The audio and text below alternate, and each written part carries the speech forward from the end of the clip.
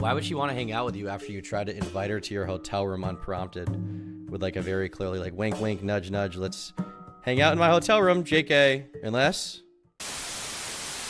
All right, chat. We have other stuff I want to watch on Jaw. I want to watch it. So apparently there's a video about Just a Robot and his degeneracy that I haven't watched it because last time I watched it I was just not tapped in. But I have been wanting to watch this. It's from Cope and Seethe. Freak retrospective, the Just a Robot files. I'm very curious to see what the Just a Robot files are and what's going on here. It seems like Just a Robot's just completely left the internet right now, at least publicly. I haven't seen anything new from him after that whole defending Cindy Bear thing went down. So I'm very curious to see what's going on here.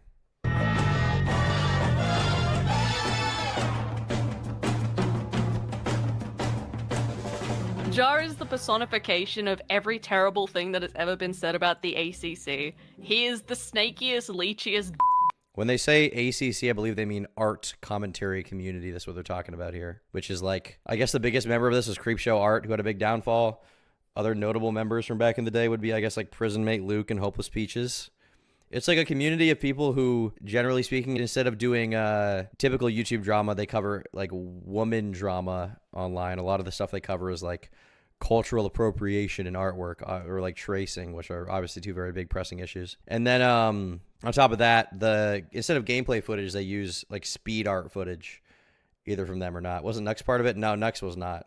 I have ever seen. Recently, in the wake of his video defending Cinebear from serious grooming allegations, Just a Robot found himself involved in one of the most insane livestream interviews of all time, being ripped limb from limb by Chud Logic.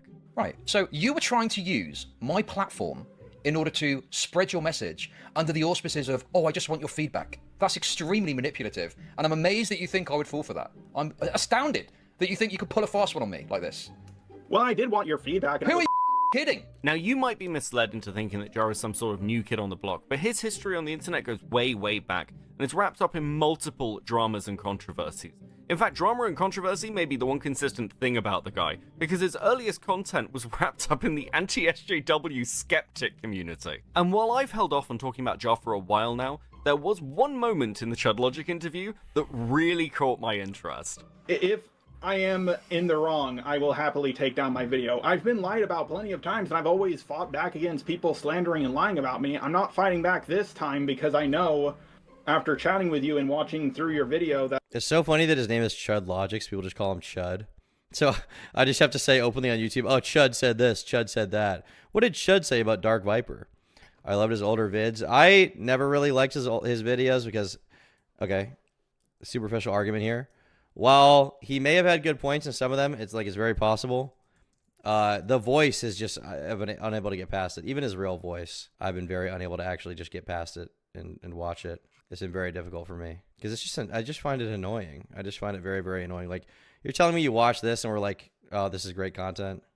Just a robot. Just a robot. If you have ever been a part of the Dragon Ball community on YouTube, then you might have heard of its anime girl. There's a lot of controversy surrounding her. Some people thought she was a guy doing a girl's voice, which, is completely ridiculous. You do realize girls can like Dragon Ball too, right? I honestly can't picture her voice coming out of a guy. You do realize girls can like Dragon Ball too, right? Like, I always saw it as very spurgy content. But, you know, he said he was a big fan of me. He said I was the GOAT. There's actually, at VidCon, when I was on like the main floor of the event, I guess you would call it. I don't really know what you would call it.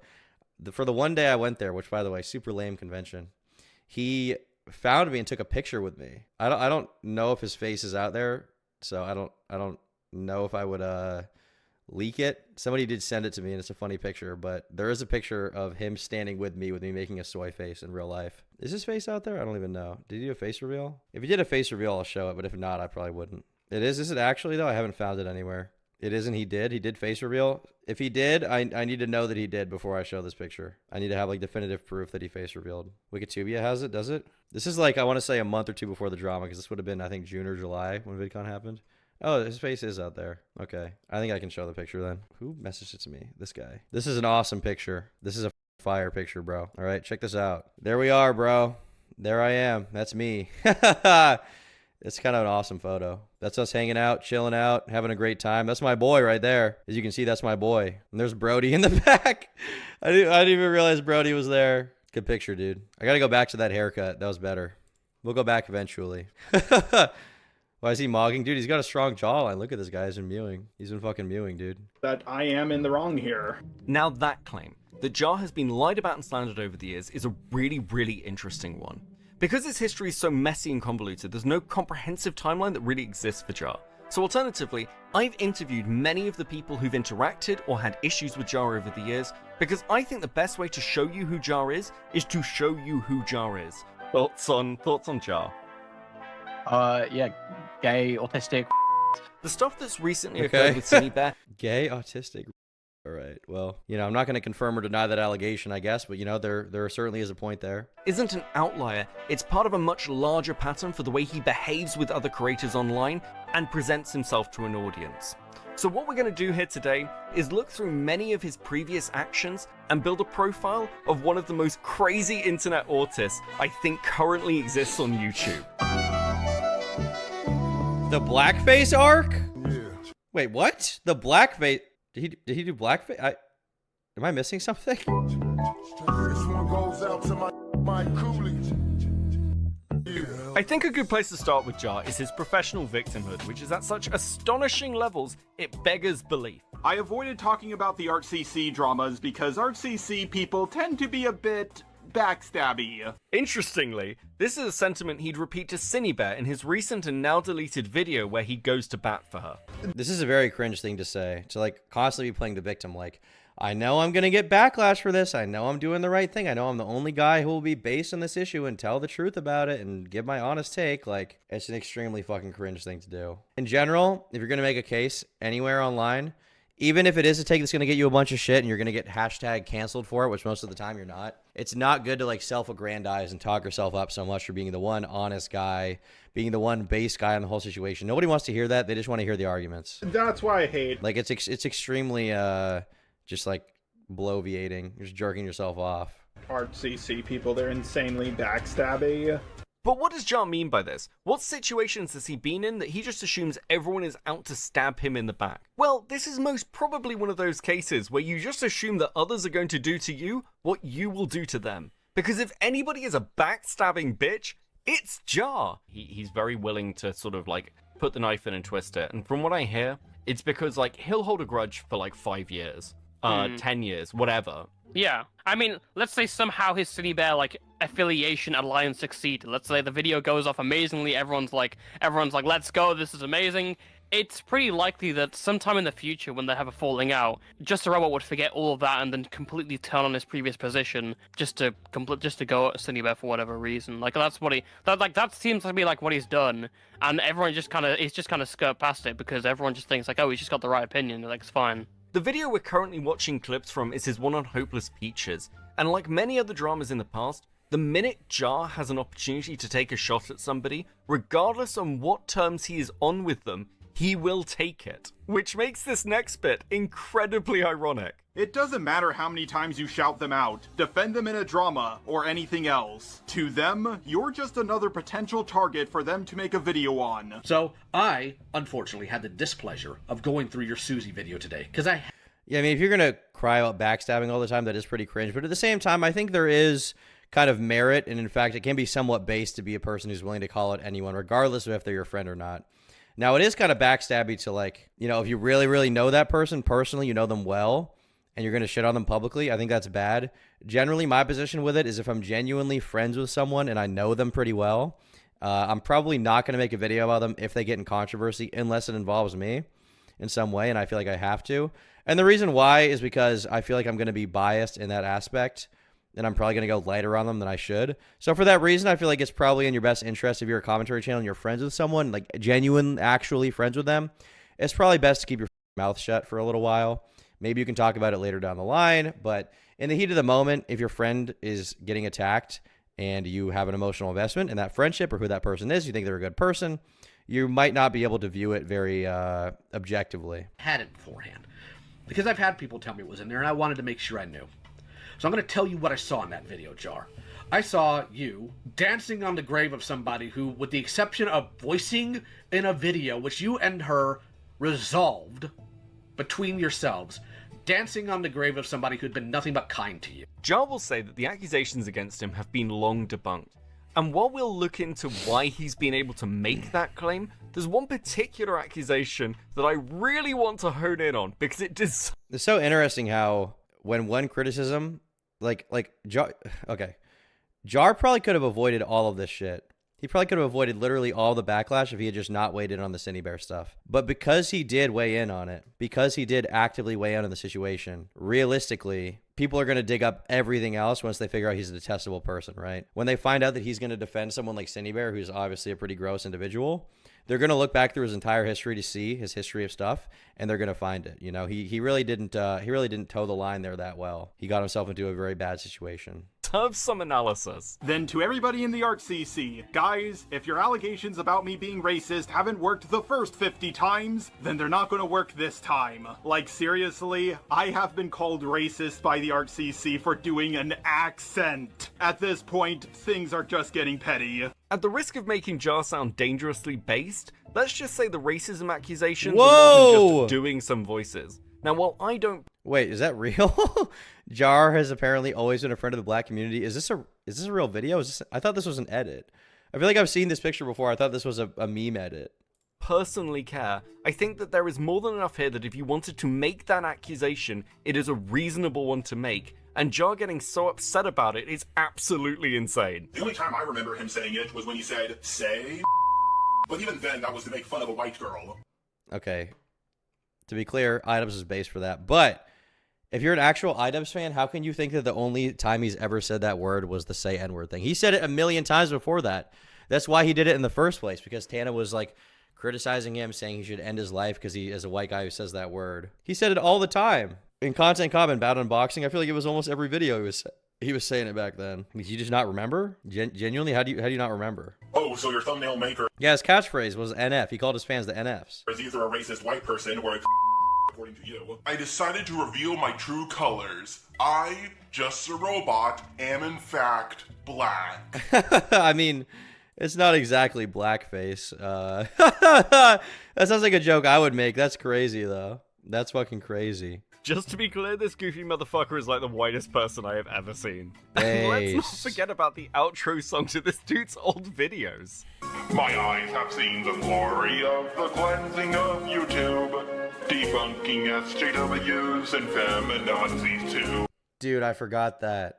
Oh my god, this is like a time capsule. My eyes have seen the cleansing of the glory of YouTube, debunking of SJWs and feminazis too. That's my new fucking outro. That's my new outro, bro. That's bass. Put some guitar and drums behind that. That'll be a great song. That'll be a great fucking song. We criticize reactionists in hopes they get the boot. Oh my god. We criticize reactionists in hopes they get the boot. How did this not get him canceled before all this current stuff? How did that not get him canceled? This is worse. This is worse than defending Cindy Bear. This song is absolutely insane. Just the robot marches on. Oh. And before you say, hey Beckett, that's just the Battle Hymn of the Republic, what are you talking about, bro? It was noted by several sources that this rendition bears a striking similarity to the rendition in American History X. The white man marches on.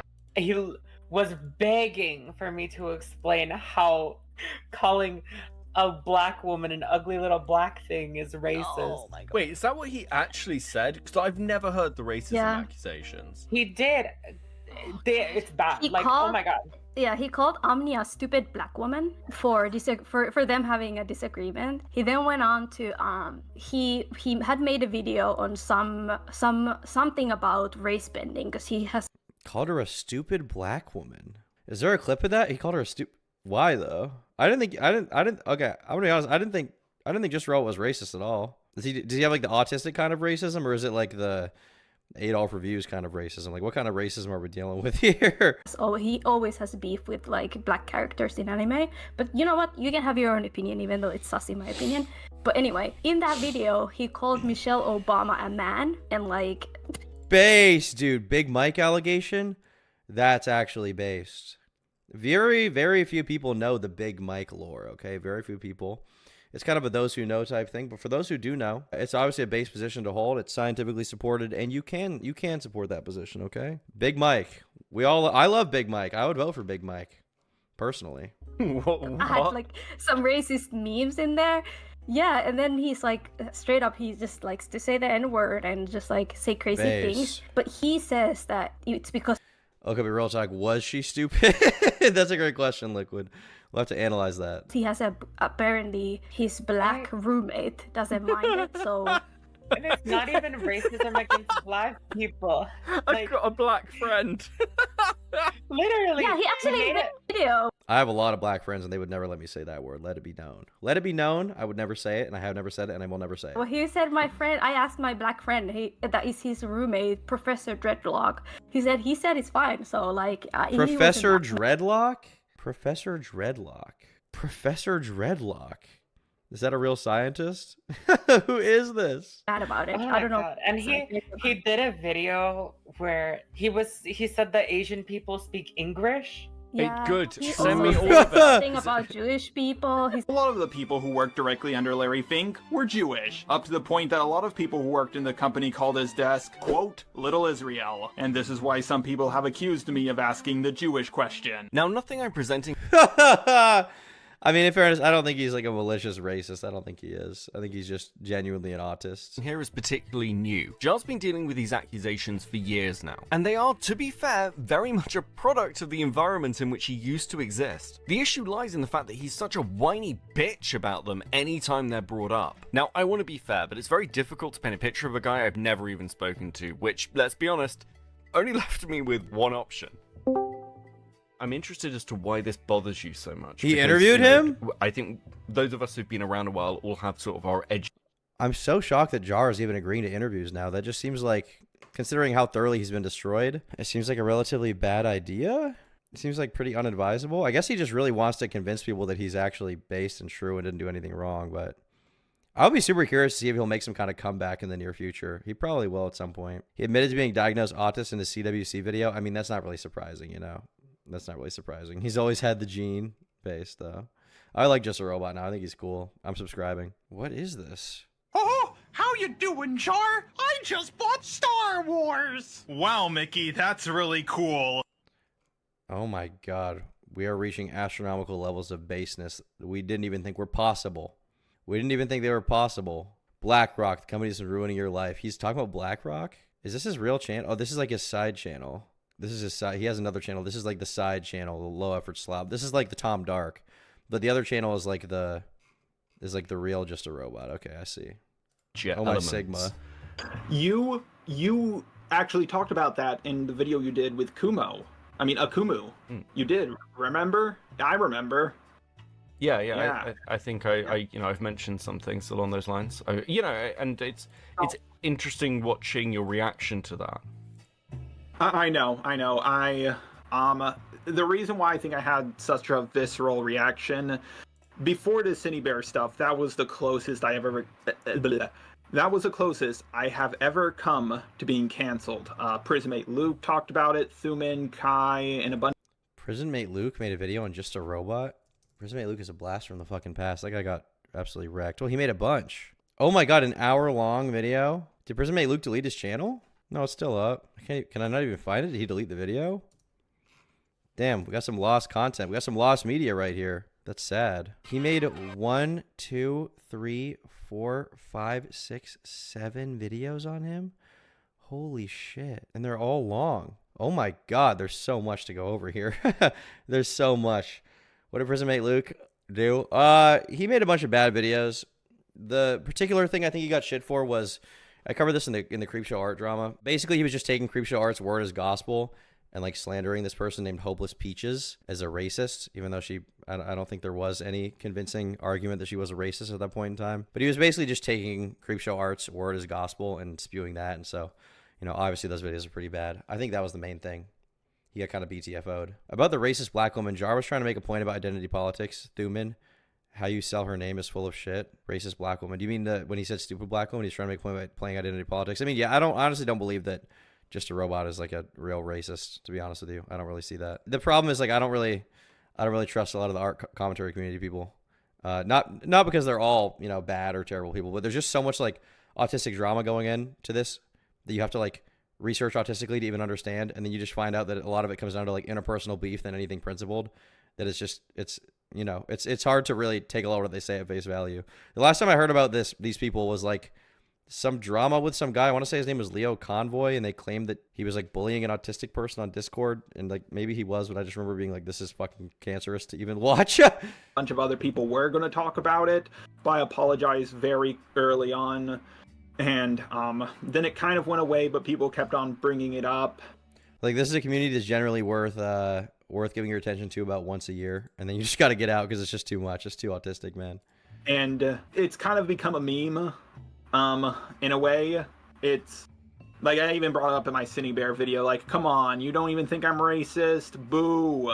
Like, it's kind of become a meme. I've kind of accepted it, but when it first happened, my biggest connection with another YouTuber was Kuro the Artist, and Prismate Luke painted me incredibly uncharitably. Like, he claimed that my roommate's avatar, he wasn't my roommate at the time, but now he is, but my roommate's avatar, Professor Dreadlock, was a quote-unquote blackface version of me, even though the only thing they have in common is it's in the same art style. Okay. I mean, I don't think I've seen that image. I've only seen the one where you've got Thank you, Mr. Goontown, for coming to member. Appreciate you, brother. Swapped in your video where you're talking about, I believe, Sean King and some of the stuff that's happening around black identitarian politics. Yes, that's another. I don't personally think that was blackface, but what happened there is the artist who did my original avatar. Was it just a meme? It's not really. I mean, it's only blackface if he like puts fucking red lips on it and he's like, I'm a stupid black guy. Like, he didn't really do that, did he? He just did a meme where he edited his character to be black, right? Is that really real blackface? I feel like it's not. Drew that picture of me because that's how she assumed I looked in real life. And if you've seen any leaked pictures of me, I don't look a thing like that. I am aware of the leaked pictures. I will say I know that your sort of face isn't out there. So if any like image of you is used, it will be blurred. So I'm not sort of face revealing you. But I know those images are sort of pretty widely shared around. I think I've seen them on Twitter as well at this. I just hate that everybody uses the lowest res image of me. I'm like, there's literally every image of me that I leaked. It was higher quality than that one, but everybody loves to use the one where... Okay, so to be clear, for people saying I messed up in chat, he literally just said here, I leaked pictures of myself. So I'm a good guy. I did nothing wrong. I'm cool. I'm in low resolution for some reason. I think it's the Superman shirt, mate. I'm going to be honest with you. I think that has a lot to do with it. I think it's embarrassing to admit that I'm wearing a Superman shirt right now. Well, fair enough. But okay, I think that sort of clears up that question. No, actually, no, sorry, I had one other thing. The song you use at the end of your videos, the Battle Hymn of the Republic that you had for the way those videos ended. I heard through one of the people I spoke to, in fact several of the people I spoke to, that it bears a striking similarity to American History X. I sort of just wanted to ask whether that in any way was an inspiration, because the wording has similarities to that particular song in ways that it doesn't have to the original hymn. Oh, no, that's perfectly understandable, and that is accurate. I heard the song growing up, Glory, Glory, Hallelujah. Then I watched a movie, American History X, while I was actually creating my channel, and I thought... when I heard that... Wait, he literally got the song from American History X? That is insane. That is insanity. That's crazy. I didn't expect that at all. I thought I was just going to be like, oh yeah, I heard the song. I just thought it was, a cool song, W America or something, but he literally heard it in American History X. They were right somehow. Racist rendition of it, I thought, oh, I'm gonna make my own rendition of this song. Like, it's a rendition of a rendition. And one of my friends, who's not my friend anymore, Didn't have to say that. Yeah, he seems to be the king of revealing information he didn't need to. That doesn't make him look very good. I guess he could have just lied there, but he didn't want to. He's being, you know, if anything, he's being honest. I guess he's being honest. Of all things, he's being an honest guy. helped me come up with the lyrics. And yeah, that's where the song came from. Good movie. And by the way, highly recommend the movie American History X. True. My one problem is when the white nationalist guy is shooting, that gun had way too much ammo for a pistol. As a final element, all right, that's a good point. You know, Ed Norton, I believe he had a big hand in writing that movie and doing re-edits to it, which is why the director was mad at him and campaigned against the movie before it came out. I think that we have to contact Ed Norton and let him know that he fucked up there. Okay, clearly he messed up. He put too many bullets in that clip in the edit, and realistically speaking, should have had to reload at least once. So it was pretty cringe. I very much appreciate that Just a Robot is calling out this misgiving in American History X. Why they put white supremacists in an American movie? Autistic and Proud. I think your name is doing justice to your comment there. To this section, I'd just like to hone in on the element of Jar making apologies, because in this regard, it can be difficult to take them at face value. Going to help me with my apology video. That's going to be on me, and I'm... Jar, here's the problem. Yeah? Your apology video, it's not going to have any value to it. And the reason why it's not going to have any value to it because you have gone on record before saying you will revoke apologies. That's... Well, I haven't revoked all of them, but like... And here lies a problem with a lot of the stuff with Jar. The dude has no spine and no... I mean, it's okay to revoke an apology if you feel like the apology was bad or like the person didn't deserve it, or like you feel like your original position was based in the first place, right? I think it's like kind of okay. Imagine hearing something that sounds as bad faith as his theme song is from the Nazis in American History X, and he's just like, yes. Yeah, that's the confusing thing. Like, it doesn't even sound like a real criticism. I didn't even believe it when they were like, it's from American History X. I was like, okay, it's probably not. That's probably not true. And even if it was used there, he probably got it from some other source. But he was like, yeah, I heard it there. I thought I'd make the anti-SJW Sargon version. I thought I'd make the Sargon of Applebee's version. It was awesome. No conviction. However, I do have to thank Jar for one thing, because if I continue playing... I revoke my former apology. Who does that? You can revoke a former apology, to be clear. That is okay sometimes if you feel like the apology wasn't due, right? If you make a claim or something on YouTube and people say you're wrong and you apologize for it and then it turns out that you were right or something, you can revoke an apology. Why apologize ever? Well, because sometimes you fuck up, Insomnia Facts, and sometimes an apology is justified. Playing the clip that set up the racism segment, it brings us nicely onto our next section. Try calling me sexist next time. At least there's plenty of evidence for that allegation. Sex Pest. Sex Pest. Calling him a sex pest. All right, well, that's a big claim. Guess we'll see what happened here. During the gorilla latter mode? half of his conversation with Chud Logic, FPS Diesel would make an appearance and drop an unexpected bombshell. Right, what is this? Yo, you're all good. You can finish it up tomorrow, in fact. What is that? Is he high? Is he on drugs? What's going on? What a cute little puss. What? This raises... What is going on? Is he gooning? Is he drunk? Did he say little pussy? What is going on? He's tipsy. What's going on? An interesting question. Is this an outlier, or does Jar have some sort of well-known history in relation to his odd behavior towards women? I mean, look, I told you in DMs before, you throw a rock at a woman in this community, they'll tell you a story about Jar. It's like an instinctive reaction. And that's not an understatement. Basically, every woman I've spoken to has a story. And in some cases, people have heard about this project and are just sending me... If you're under 20, don't hit on me. And if you want me to help out with the drama, I have too much on my plate at the moment. What the... He's just assuming if someone adds him on Discord, they're trying to hit on him. Starla Vic says, oh, I didn't friend you for that. I promise. I'm not like that. I friended you because you're also a friend of Harley's. I've spoken to you a couple times and you seem cool. Oh, I see. It's all good. Is he being lusted after so much? He's concerned that any woman that contacts him for any reason is going to hit on him. I mean, I could understand if they're like obsessively emailing him about weird shit. Like I could understand that, but just some random person emailed him, or some random person added him. He's like, don't hit on me if you're under 20. Don't hit on me if you're under 20. Don't do it. Half your age plus 7 is my rule, and I'm 27. Therefore, you cannot hit on me if you're under 20. Me that DM. Does this also imply that if they were 20 or older, he would have accepted it from this random person on Discord? Unspoken Riz. Yeah, this is Chad behavior. DMs with Jar. Now I'm going to level with you. I want to limit this to the conversations I've actually had with people who have platforms, because it's quite easy in situations like this for people to come out with accusations which are later shown to be false. That being said, we are going to start with Jar's former artist, given that they're a bit of a ground zero for this being discussed. You worked with Jar as his artist. Mm-hmm. Can you tell me some of the interactions you had with Jar?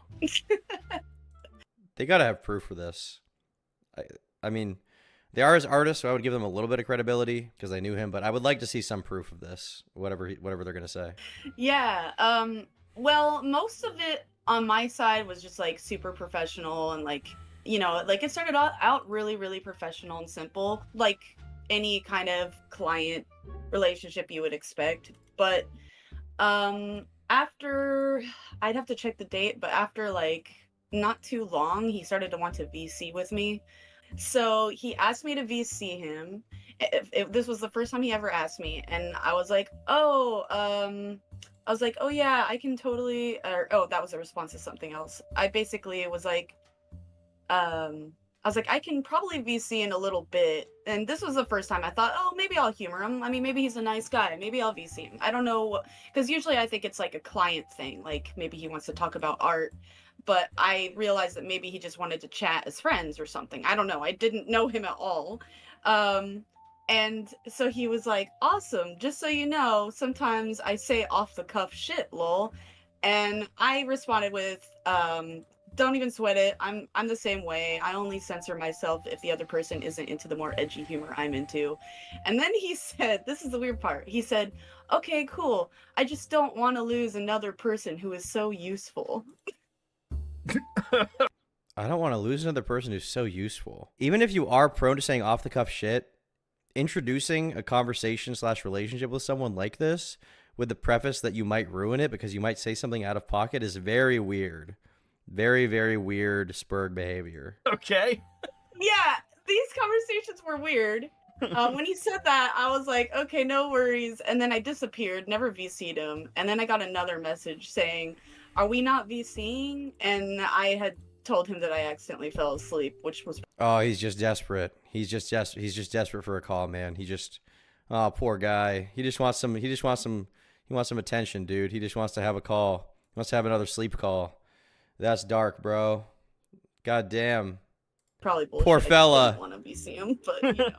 While requests to just jump into a voice call aren't unique to Jar within the ACC, he has certainly garnered a reputation for being a little bit weird about the whole thing, even amongst that crowd. You all know me. I'd love to do the whole kind of concerned, I think this is a really serious problem.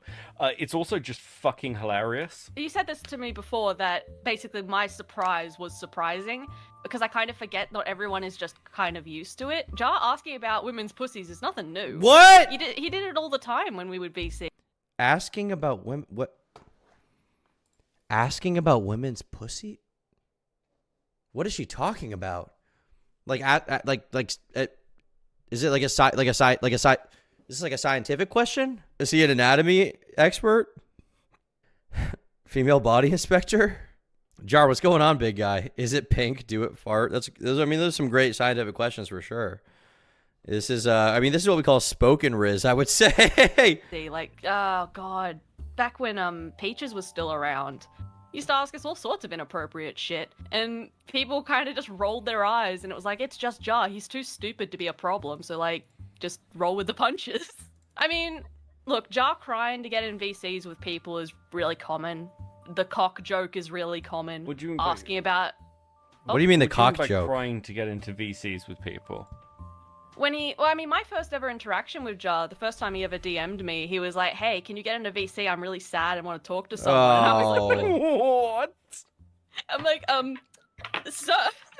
And of course, this was, God, how many years ago was this now? I had forgotten about this exchange. I only remember, I just saw it because I went back into my DMs to find the... Doesn't he have like friends he can call if he's sad or something? Or like He has a roommate. I don't know, people in real life to talk to. I guess the answer is no if he's calling random people on Discord he doesn't know because he's sad. But man, that is so pathetic, bro. I mean, is he a sex pest? I don't know. I haven't really seen that demonstrated yet in this segment. Maybe there will be more. I mean, I would like to see proof for the claim that he just randomly asked them about their. Seems like a crazy thing. But man, just like the pity party. I'm sad. Call me, man. Doesn't he have a girlfriend? I think he did.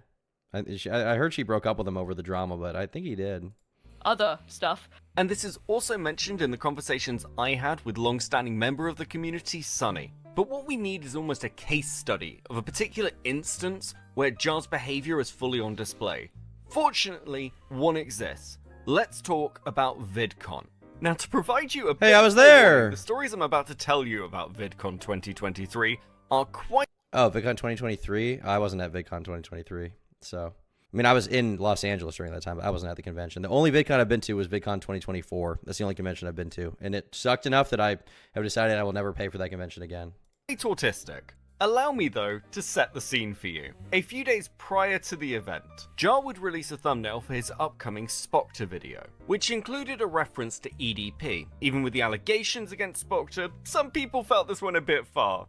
One of whom was Mally. I had seen that, and I replied to his thumbnail thing on Twitter being like, hey, this is fucking dumb. Don't imply someone is, as bad as EDP when they're not. The fallout from this thumbnail was actually pretty significant, and it's become its own little bit of Jar lore within the art commentary community. It actually even ended his friendship with another creator who goes by Harley. But personally, I think the far more interesting story is the fallout that occurred during VidCon. It seems that Jar was very keen to meet up with other creators and have a conversation during the convention, with Mally bearing the brunt of his attentions. The DMs she would receive over the next couple of days are incredibly fucking weird. I don't want to read them in full, but I will give you a solid summary. Jar begins by making it clear his intention.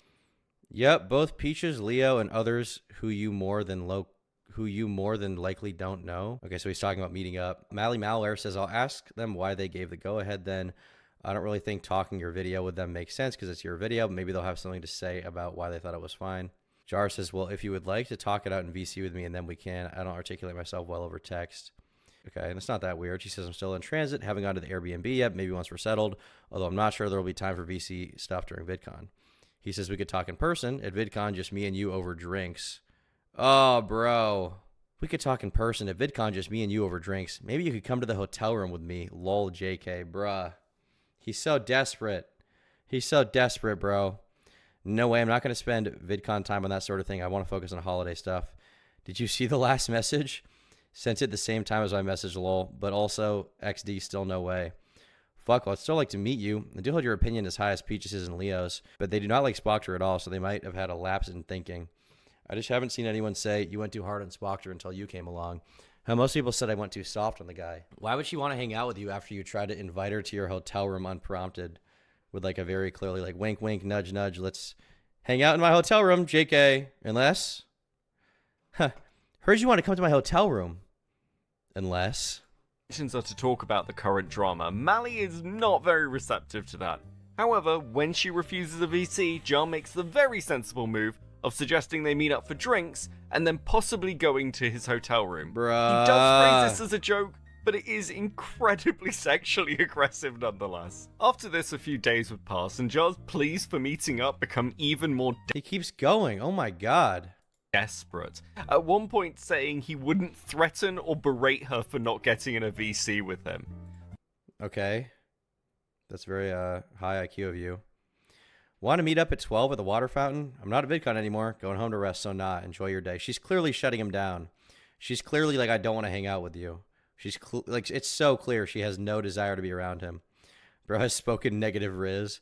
I'm in tomorrow. I also left. I think it closes at 9 or 10. Nah, I'm good. I got a lot to do over VidCon as is. All right, but what do you look like? Because the badges are too hard to read fast. I also can't hear everyone's voices at the same time. I don't really want to meet up. Don't want to talk about YouTube work drama. Don't want to talk about the video and Twitter stuff. Just vibing with my girls. He keeps going? Dude, it's so...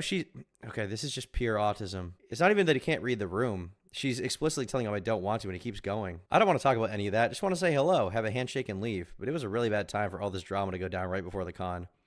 To be honest, it's not because of any drama. I just want to spend time with my friends and enjoying my VidCon meet and greet stuff.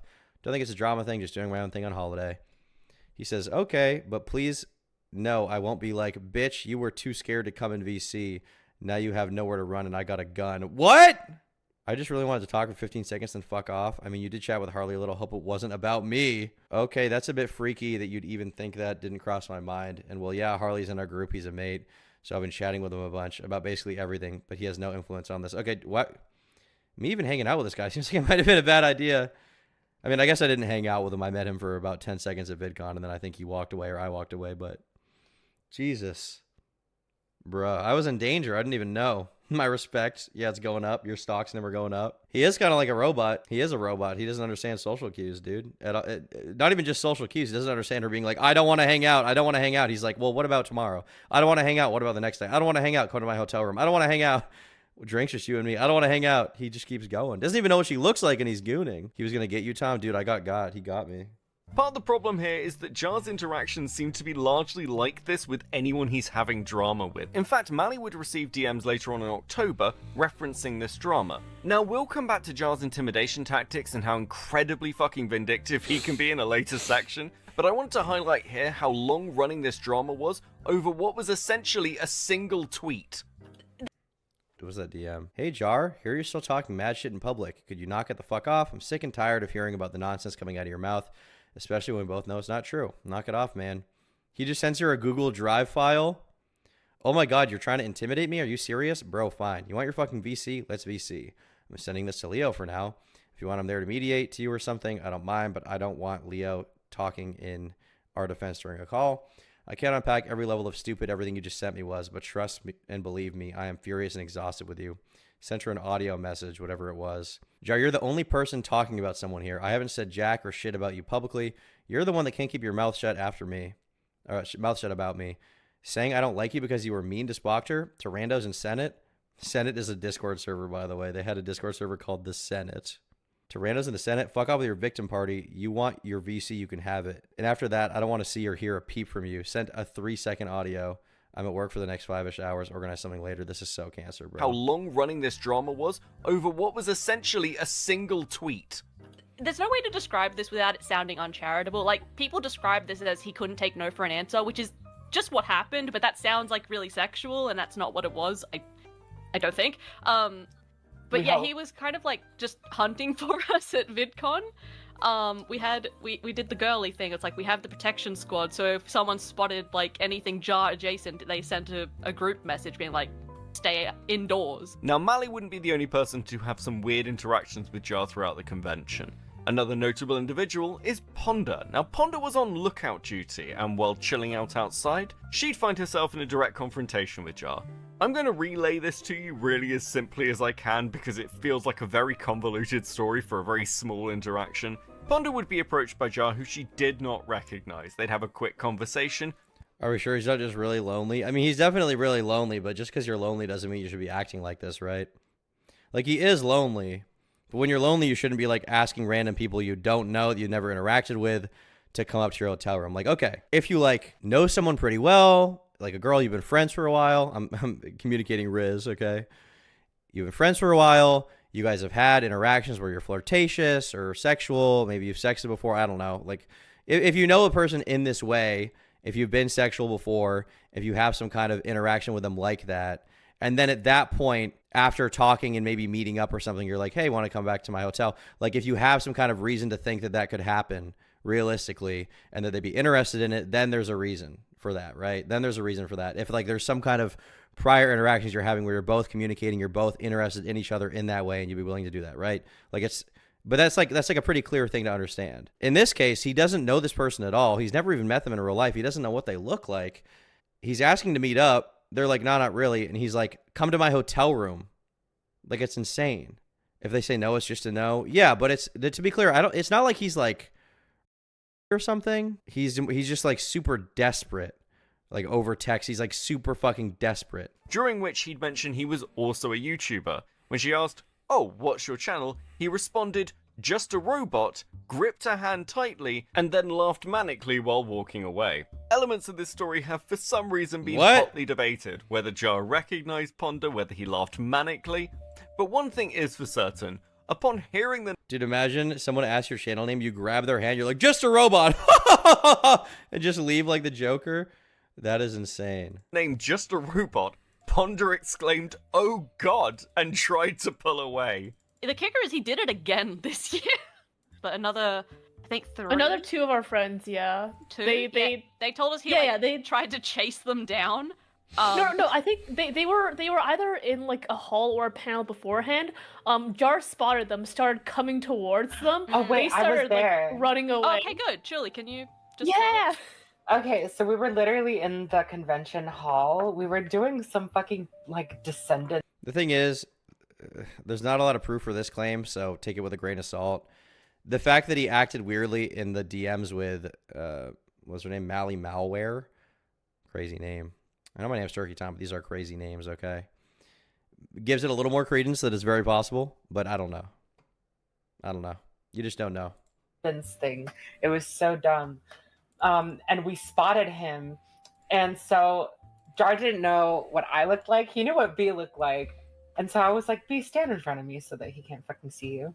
And we were able to go through the thing. And then we started like making our way to where we could go up to the creator level because we had a panel that we wanted to go to. So one of What's the latest Airsoft Fatty update? I have no idea. I haven't been following him.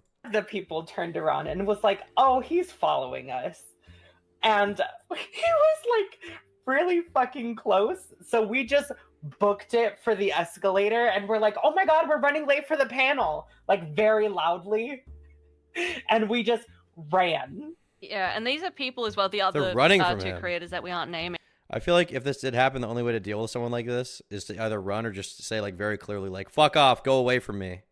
Get the fuck away from me. I don't like you. But the problem with that is with someone like Jar, if you tell them like, fuck off, I don't want to talk to you, I don't want to be around you, I have no desire to be near you. The problem with doing that sometimes is then they'll get upset and insecure about it and they'll start like messaging everybody peripheral to you. I know the weight of the call is over 1,000 pounds, very base dumb, but you never know. You never know. With the Art CC, you never know. But I think they're probably all thin spoke queens. You never know, bro. That have already told Jar like to fuck off.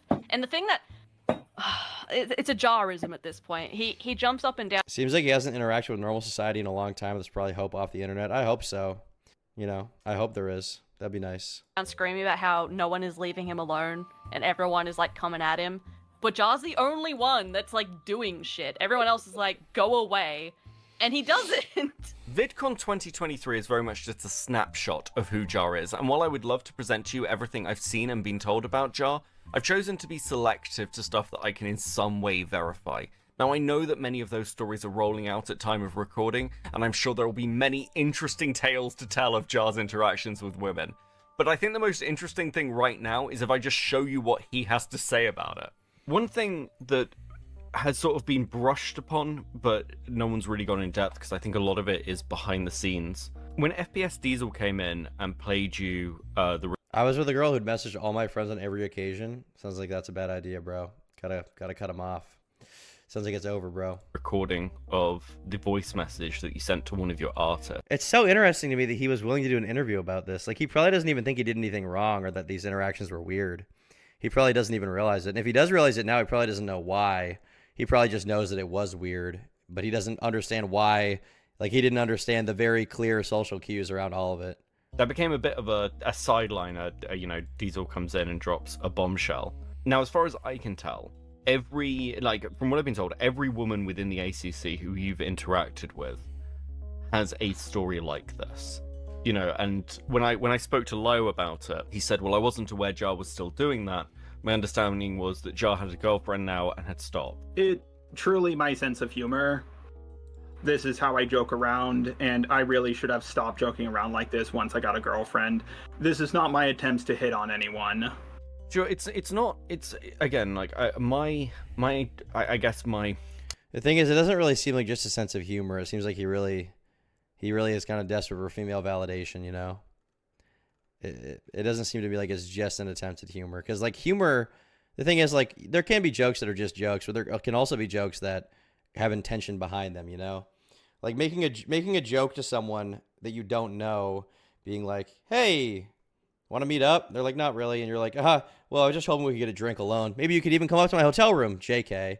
Like, I guess it's a joke. It's not a really funny one. But there's clearly an intention behind that, where if she had said, like, yeah, let's go, he probably would have, you know, gone gorilla mode, so to speak. View towards you isn't sort of, well, this is flirtatious. Though there's, I can see where that accusation comes from. I don't want to ascribe things. What I can say is this stuff is very, very odd. I mean, the let's talk about VidCon, because, you know, I've seen DM messages from you to Mally, and I've heard the stories of you sort of trying to find the girls at VidCon, and your interactions with Ponder. I mean, do you recognize these as sort of quite abnormal things to do? Well, at first I wanted to meet up with Mal, and the others because I've interacted with them for so long. And then Mal just was like, I don't want to see you, and I wasn't looking for them. Like, I wasn't looking for Mal or the others. Like, I swear, first person I saw at VidCon was Harley. I think they were in a CVS pharmacy with possibly the right opinion. My roommate can confirm this for me. My roommate can, and I was just like, I don't want to interact with Harley. Like, Harley and the others are upset with me. I don't want to interact with them right now. And as for the thing at VidCon with Ponder, do you want to give me your version of that? Because the version I've heard is you sort of approaching her and shaking her hand, telling her who you were, and then laughing I did try to Beckett, you're half of Cope and Seethe, right? You're half of this channel. I think that's you. Hopefully I'm not getting trolled in chat. I did try to set each section with this interview, giving him the ability to respond. I didn't just want to hatchet him. Yeah. I mean, the thing is, with some of the claims these girls are making, I guess, to me, you just never know. You know? Like, they could hypothetically be lying, I guess. Or, like, misrepresenting it, exaggerating it. I'm more willing to believe it, just because of how weird his other behavior was in those DMs with Mally Malware. So it seems likely that it happened, or more possible that it happened than not. But I'm just very perplexed why he was even willing to do an interview about this. He must have, like I said, not even realized how wrong it was. How old is he? I don't know. Mid-20s at least, right? How old is Just a Robot? Born December 9th. Doesn't say the year, though. So I don't know. I mean, if he's doing YouTube since 2015, I think he was an adult when he started in 2015, so he must be at least mid-20s, yeah? 33? No. He's not 33. I don't blame these girls for not overtly shutting him down, but I think it would have helped a lot more in the end. It might have, but it might not have, is the thing. It might have not. The problem is if he doesn't realize what he's doing wrong. Okay, so punishing someone who has like weird social interactions or doesn't understand boundaries, punishing them is important so they understand what they did wrong. But understanding what they did wrong is an extremely important part of that. If you just punish them and they don't know why, they don't understand why, it'll just fucking destroy their relationship with them, and then they'll feel like a victim. They'll feel like they were wrong. So you have to, especially with someone like Jar who doesn't understand social cues clearly, you have to be able to communicate to him why what he did was wrong. And at the end of the day, it's not these girls' responsibilities to do that. If he's being weird, they don't have to like communicate it to him as if it's like their, I don't think it's like their social imperative to do that. You know what I mean? But it is helpful for someone like this to like, just like be like, bro, this is fucking weird. This is why you can't do it because of this reason. And like try to make sure he actually gets it. Panically while walking away. You also have to be careful about overtly shutting someone down with jokes about threatening you with a gun. Yeah, you do, for sure. That was an insane thing. You'd probably just want to get away from him. Okay. Yeah, I get that. So what actually happened was I sat down to eat some ice cream, and then I heard Ponder's voice, and I looked to my left, and I noticed, that person looks like Ponder. And then I read the name tag, and I was like, oh my god, this is Ponder. So I said, oh, are you Ponder Sprocket? She gave me a sticker. I shook her hand. I said, I'm also a YouTuber. And she says, oh, who? And I said, Just a Robot. She yelled out, oh my god. And I immediately let go of her hand. She says I squeezed it, but I distinctly remember letting go. Like, just letting go immediately because I didn't want it to linger. And then I walked away. Yeah, I mean, generally speaking with the social cues, again, like, touching someone ever, putting your hands on them ever, is generally going to be a thing that is frowned upon unless you really know them and you've already established that that's the kind of relationship you have where you, like, you know, mess around and touch each other. You have to be really good friends with someone to justify ever putting your finger on them or even getting like close to them, you know, like physically, like being within like a foot or 2 feet. Like you have to have like a real, I mean, this is just like obvious, but you have to have like a real justification for that mentally. And you want to be careful of that if you're somebody like just a robot who clearly has no fucking social cues. I've had a lot of weird men persistently pursue me and shutting them down in my experience, almost egg them on even further because they like the chase, really creepy shit. Yeah, because there's this impression among a lot of guys that are like, she secretly likes me and thinks I'm really hot. She's just playing hard to get. But generally, I don't think women play hard to get at all. I think they'll make it pretty obvious if they like you. And if they don't, they'll make that pretty obvious as well. And then when I got inside, I kind of laughed about it because of her reaction. How long did they know each other? Mally Weller and him had never even met in person. He didn't even know what she looked like. They had never met in person ever. I mean, with the messages you sent to Mally, you understand that those come across in quite... I mean, I know we're not saying flirtatious, there's a jokey side to it, but I mean, you did say, well, if you don't want to meet up or VC, we could meet for drinks and come to my hotel room. And then I said, lol, JK, or something. Sure, but that's still a very aggressively sexual thing to say, right? Yes, I realize that. I know I need to stop this. I've been given warnings about it. It's just now finally catching up to me, but this is something that is... So he's been given warnings about it, but he's only realizing it's a problem when it's talked about in a Cope and Seethe video on youtube.com. Really? If he knew, why didn't he? Well, because he didn't get officially punished for it. He basically said it, right? He's like, I've been given several warnings about it and my weird behavior. I didn't stop. Now I'll stop because I'm being called out for it on fucking YouTube, which is like super weird. This is one of my biggest character flaws, and it's always been my style of humor, and I don't know how. I'm going to try to get better, but sometimes I think, can I even do that? Because I mean, again, looking at even like minor players like Sunny, you posed, I believe, her to voice a character, a mouse that would be in love with you for your videos. No. Okay. Wait, a mouse that would be in love with him for his videos. That is fucking Kino. That's good content, dude. I like that. That's what I'm gonna start doing. I'm gonna have a mouse that's in love with me for my videos. There's going to be a mouse that loves me, and I'm going to be Sean the horse at all times, okay? Shout out Sean, my alter ego. He does exist. He's still in there somewhere, right? He doesn't even seem to be that incredibly autistic when he lacks the ability to express accountability, so it really does just feel out of malice. I mean, I don't know that it's out of like pure malice. I think he is clearly socially autistic. I mean, just listen to the way he talks. I don't think it's that difficult to figure it out. I think it could be both. It could be, like, to be clear, whether or not he has autism does not excuse his negative social interactions with others if he's been told time and time again to stop and he keeps doing it, right? But it is a factor. I think it is a factor, obviously. I don't think her character was supposed to be in love with me. There was just... Okay, so you know how...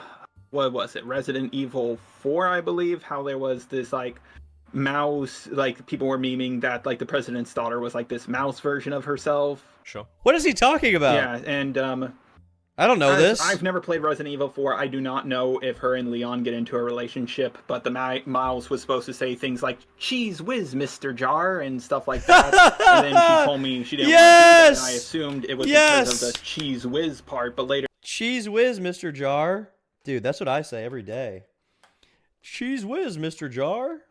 That's fucking fire, dude. That's cool. Cheese whiz, Mr. Jar. Cheese whiz, Mr. Turkey Tom. Dude, if you need further proof of the autism, if you need proof that anybody is autistic ever, if they want someone in a video to say cheese whiz, Mr. Jar, he knows it's wrong. He's been corrected at that point. The I'm tism isn't a very valid argument. Yeah, I agree. Obviously. I mean, it's never really a valid argument. Maybe if it had been like one weird interaction and he had been told to stop and he did, like, forever, or if he really made a concerted effort to stop that kind of behavior, then it would be like, okay, he did make a weird comment, but, you know, he's stopped. It can be forgiven. The problem is when he's got, like, all these different girls that are claiming they've had similar interactions with him. I'm super curious about the proof, if there is any, that he was asking about girls' puss. Like, what is going on there? Later, she explained to me that she's from Wales, and Mr. implies a form of like authority over someone, and I had no idea about that. That's not a thing as far as I'm aware in the States. Mister is just like what you call an adult male where I'm from.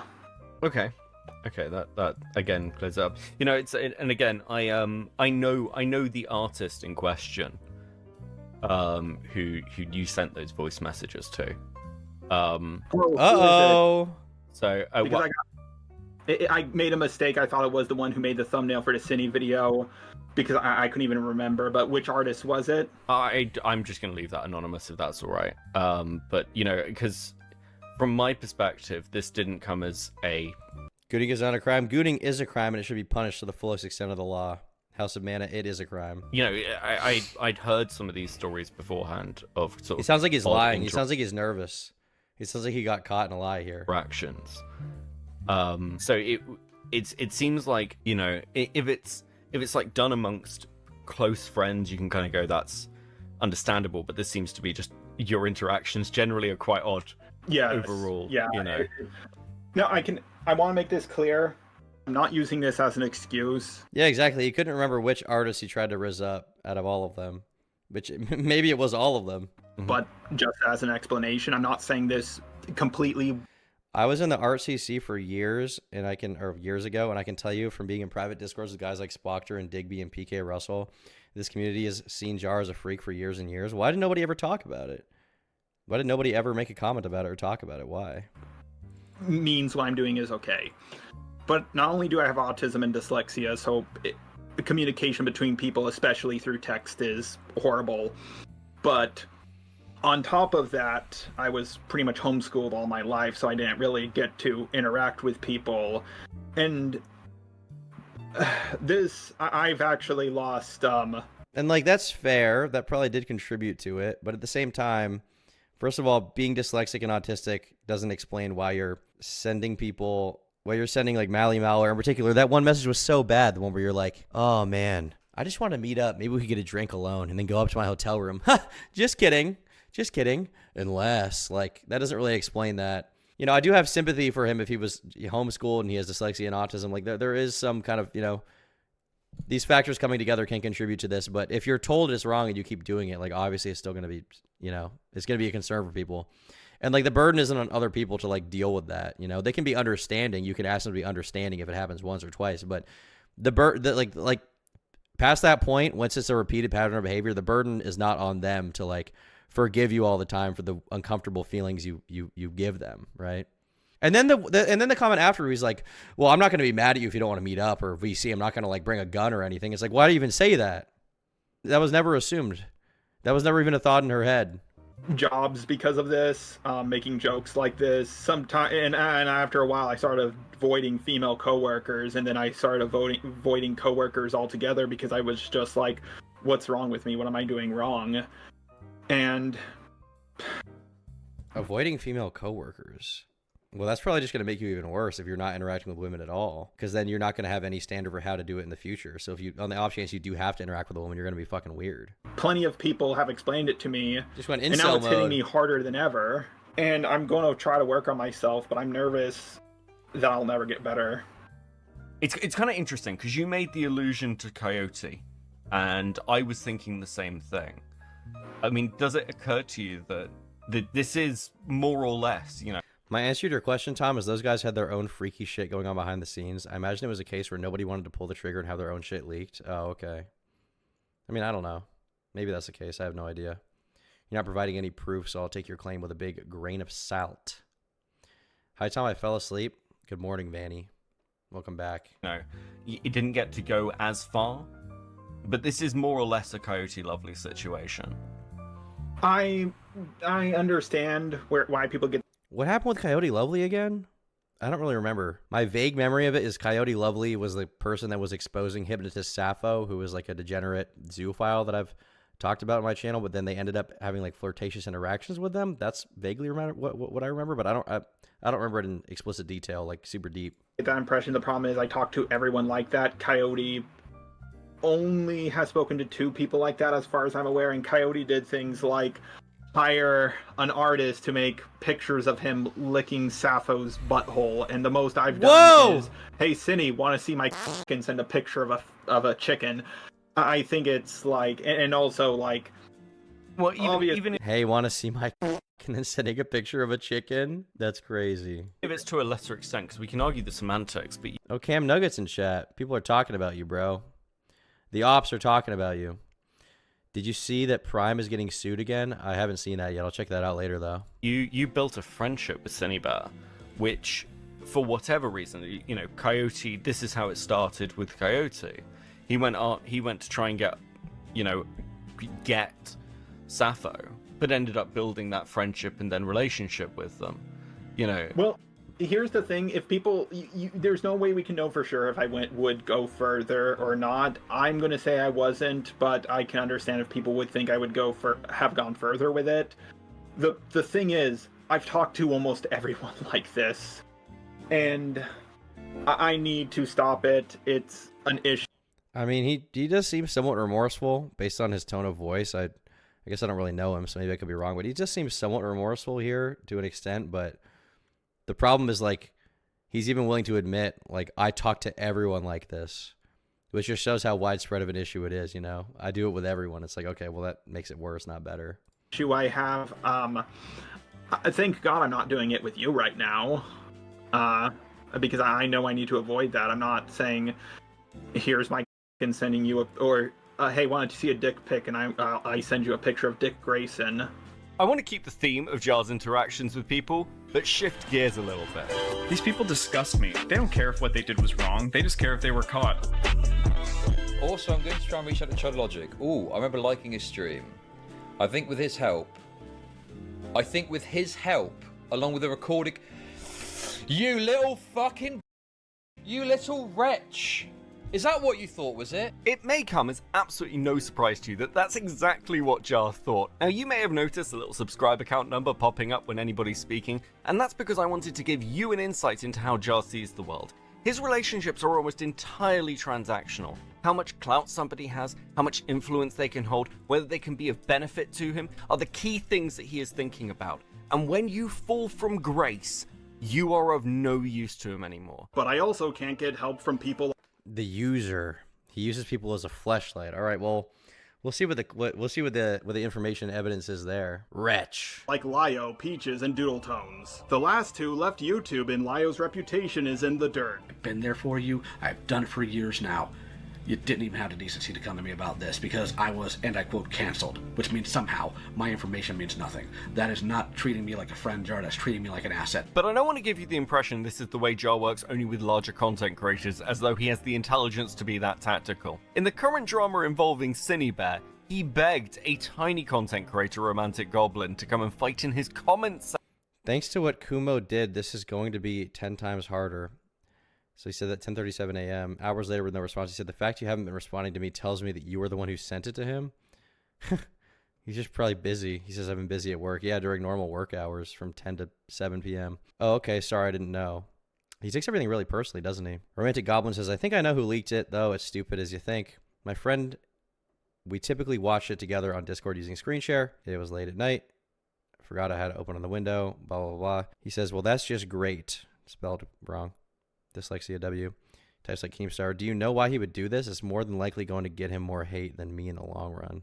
Section with people who disagreed with him. And because Jar's only concern is whether you can be of use to him, it means he has How so? Also getting off work now. Be home in maybe 20 minutes. But if you want to know, Kumo told me this morning issues he had with your video. One, he was still adamant. Adamant spelled wrong too. All these people have dyslexia. He was still adamant in his coverage, and so was I. Cine still did wrong with obscenity and sexual misconduct, but it wasn't grooming. And he's walked back the locker room talk thing, not realizing it was downplaying she did wrong. 2, he got mad about the posh taken at him. 3, your interview with Cine, not going to lie. I took issue with that. I was going to tell you about it, but I got sidetracked when you went to bed. I was going to tell you why today. That segment was you asking her a lot of leading questions, basically giving her the answer you wanted her to give before she could respond to in some cases. Here he said, 1, I just said his video wasn't that good, and that's mostly it. I didn't say anything about his statements in the locker room talk. 2, bro has said stuff about me lots of times, and I also said nice things about him as well. 3, I was sleepy and she was scared. I don't normally interview people. I was sleepy and she was scared. I was sleepy and she was scared. That's why I asked her leading questions, because I was sleepy. Oh, I was just a robot's just an EP boy. He's an EP guy. I don't normally interview people. He had no right to leak my video at all. That's something I've never even heard of someone doing till now. Bro made everything worse. Anyways, tell me when you're home. Also, I blocked Kumo. He crow-esed a line. Well, he titled his video #pineapple soda, so I guess he's up to debate you. What is pineapple soda? But yeah, I'm getting McDonald's. After taking my video and uploading it without asking me, I just don't want anything to do with him anymore. Makes sense. Like, who the fuck does that shit? This is like the most autistic Discord interaction I've ever read, and I've had a lot of autistic Discord interactions myself. Do these art YouTube nerds know how they come off? Well, no, because they exist in like a weird YouTube echo chamber. So the answer is no. Like, it's so weird to me. Like, even like, I've said this about these people before. The thing about them that's interesting is it's all for the love of the game, because most of the art people aren't even making money. Like, they're not making money off of it. They're not benefiting from it. And in some ways that can be respectful, because it's like, oh, they're so base, they're not doing it for money. But at the same time, it's like you're arguing about nothing on end in your mid-20s for no money, for the love of the game, about shit that is just like community inbreeding cancer. And then they also have no like sense of self-preservation, because their intentions are not for money. Their intentions are not to like further their career. Their intentions are just to like own someone in the public square forever. The tiniest amount of gratification they get from their micro internet celebrity status is fucking insane. I mean, not all of them, but some of them for sure, yeah. Basically no moral standards for the things he talks about. Now, I don't want to get into the whole Spoctor drama, because that's a whole nother rabbit hole. But Spoctor was somebody who they basically had banged to rights as being in possession of illicit images of a minor. So you'd think Jar would have issues with this even years later. But in his interview with Cinebear, he makes the following statements. Is that what he did? I barely even know what the Spoctor drama was. I was in a Spoctor video like 6 years ago. Don't fuck up like Spoctor and Peaches did. Like, here's the thing. When it comes to the Spoctor situation, the dude got canceled for being a pussy. Like, if I was in that same situation as him, I would have been like, oh yeah, I stumbled upon it, looked through all the multiple folders I had on it, saw the 13-year-old nudes, freaked out, ripped it out, stomped on it, and saw them, flushed it down my toilet. I'm not a predator. I just held on to those nudes in deep within folders, and that's what happened to me. Oh well, guess I'll keep uploading like I normally did. Now, I have been made aware of multiple images and instances where Jar has in some way downplayed relationships between adults and minors. However, from what I've seen at time of recording, I don't think Jar is running these plays and defenses because he in some way has some skeletons in his closet. I think he was probably just going along with the common consensus, and for those of you aware of the Fruitcake server leaks and the Toby drama, he wasn't the only one. Though it is worth highlighting that if Jar has friends who have done serious things wrong, whether it be Cine or Spoctor, who bear some striking similarities, he will defend them, because what's important to Jar is that his friends are useful, that his friends owe him, and ultimately that he is getting validation for the takes he gives. And please note that I'm saying takes he gives, not his takes, because Jar doesn't have any fucking opinions of his own. Jar's opinions are formed by committee. And what's insane about this statement is that isn't something I'm saying. But is that really true? I mean, his take was informed by committee with the Cinebear thing. Maybe that was the problem, that it wasn't formed by committee. That was the one time he was honest about how he felt, in which he defended a really weird person. But is he really? I mean, I don't know. I'm kind of preloading this video, talking before he shows whatever his evidence is, but I don't really get the impression he's just like a fucking community dick sucker. Something that he made a video. When I was going through drama, for some reason, he made a video saying that I would be the greatest commentary channel of all time someday, which is true, which is very true. But, you know, that definitely wasn't a take that people wanted to hear, or a take that's true or based in any way, really. Mally said to him, especially because it was during the Pyrocynical drama when I was fucking... when they were having drama. I've been insulted saying my videos are designed by committee instead of just me, and I think they're right. Jar is so... Whoa! What? Is he just saying that? Does he mean that? They're formed by committee? They draw bad anime and call each other groomers base, though. Capable of having he saw the vision, of he his did. Own, he has to take criticism from years ago and rephrase it as self-reflection. I know this is going to sound petty as hell to some of you, but it really is a perfect example of what Jar Thank you for the dono. The reason that Just a Robot has been involved in so many fucking dramas is because as a drama is nearing its end, what Jar will do is jump in, waving his banner saying, "Don't worry guys, Just a Robot's here," when the battle is already won. And the only way Jar has been able to continue this grift is by parroting the takes that have already won the day. Which is it. What's wrong with just a robot? I know he's whack, but he did do something wrong. Nah, he's just really based. People just hate him because he's a based right-wing chud. People basically hate him for being based and voting for Trump. That's basically all. You know, that's all of it. This PNG YouTuber sprite looks so zesty. It does look zesty. I never really picked up on that, but it does look zesty. You see Dogpack took down his James Warren video? Yeah, I was curious if he ever made any public statement on why, but I did see he took it down. Exactly what happened in the Cine Bear drama, by the way. Just a Robot saw Chud Logic covering it and laughing at Birdie and assumed that meant public opinion was turning.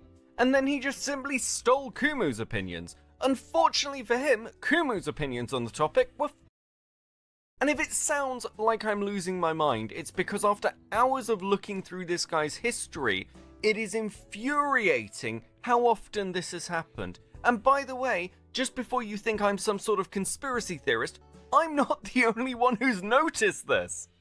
Jar to me has always kind of been like a snake in the grass. I think that's the best way to describe him. Really? Maybe I just haven't been paying attention as much. I always just saw him as like kind of a spurg, a snake in the grass. Can I touch you, bro? Only if you say unless and JK. He comes around only when like all the situations are over, and he tries to act as if he was like the voice all along that people should have listened to. He has this I feel like he has this sort of like hero complex in a way when he makes his videos. And the reality is that he just kind of he looks to an opinion that he can repeat that's the prevailing one. And then I feel like he can just kind of goes with the flow of the community, and that's how he's been able to just kind of get away with being this like this fucking idiot, you know. I guess I wonder, looking at this, when you know you've got a decently sized platform where your job on the internet is to commentate on things, where you're sort of saying to me, well, yes, I commentate on things, but I'm not actually sure I have any actual opinions, which is, you know, a bit of an odd juxtaposition.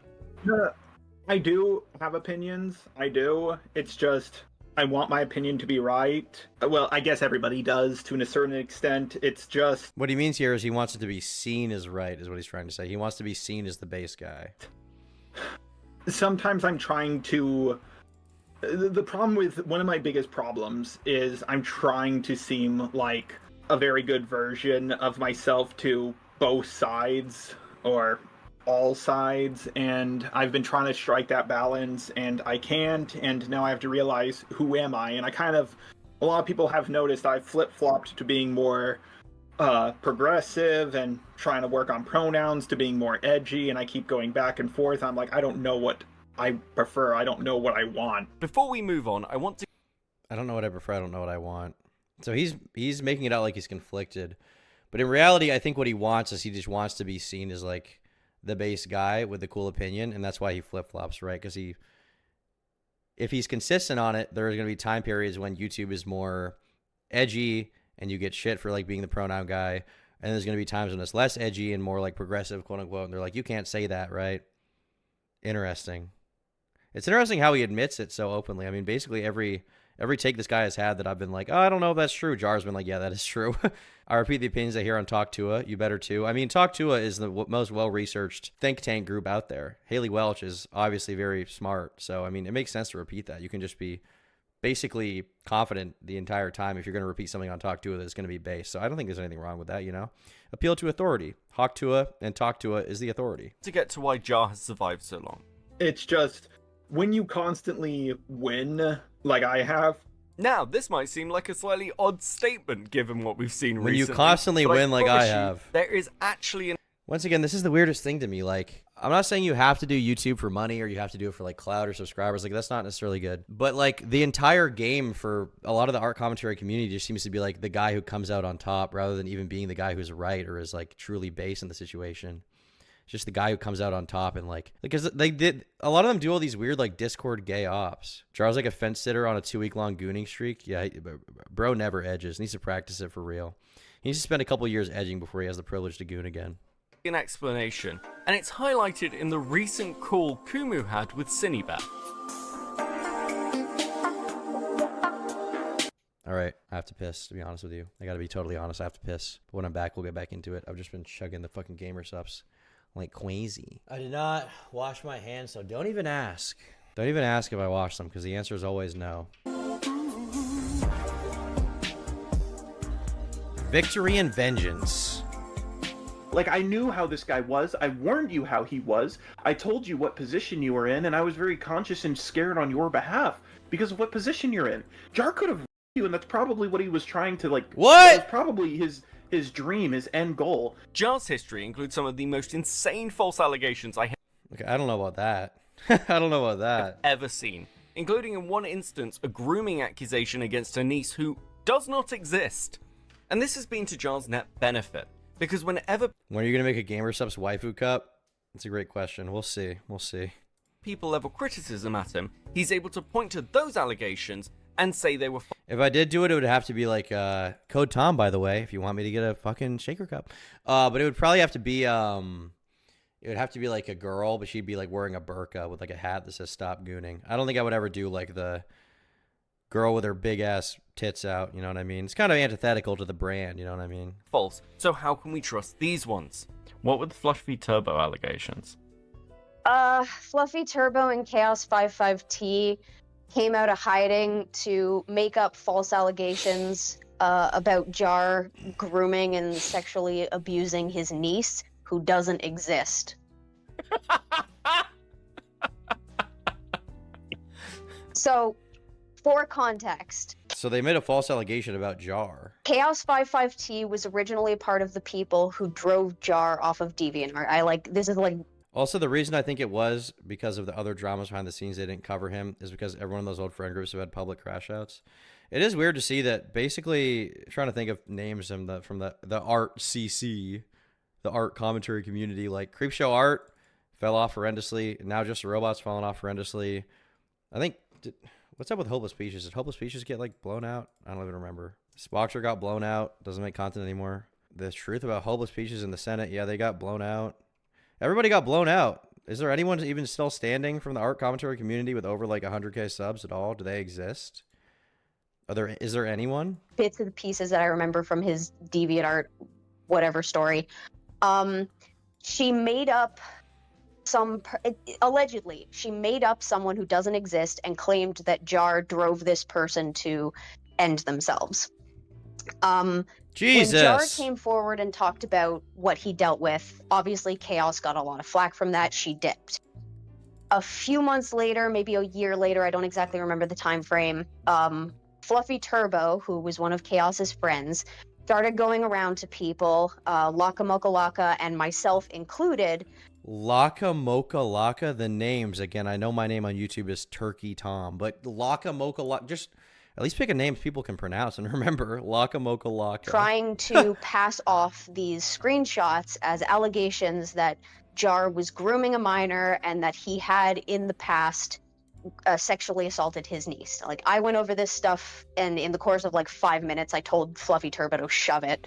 But I think 2 weeks after that, she brought the allegations to the public and tried to press them. So I did a stream going through them, basically being all like, this is fucking bullshit. I'll never get over the fact they had a server called the Senate. Yeah, I won't either. It's just such a, even if it was created ironically in the first place, like calling your server the Senate and like having regular calls where you like duke out Discord drama. Once again, it's not even like there's no career you get from it. It's just for the love of arguing on Discord. It's so weird to me. And in the course of the stream, some of the allegations went over the idea that Jar was racist, and I basically shrugged it off and said, yeah, we know Jar's racist. I don't care about this stuff. Show me, like, the serious stuff.